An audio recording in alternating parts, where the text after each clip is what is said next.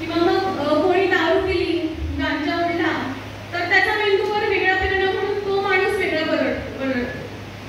तरी गंमत असते बोलण्याची. मध्ये माझ्या एका नातेवाईकाला आजार झाला तेव्हा तिचा जो ब्रोकस एरिया होता तो प्रॉब्लेम झाला, रक्तप्रवाह संपला. तर त्या व्यक्तीला बोलता येत नव्हतं. आपण जे बोलायचो ते त्या व्यक्तीला कळत होतं, पण तो ब्रोकस एरिया काम करत नसल्याने शब्द चुकीचे बनायचे. आणि मग जेव्हा कोणी व्यक्ती त्या व्यक्तीशी बोलायला जायची तेव्हा ती म्हणायची वेळ लागलाय का.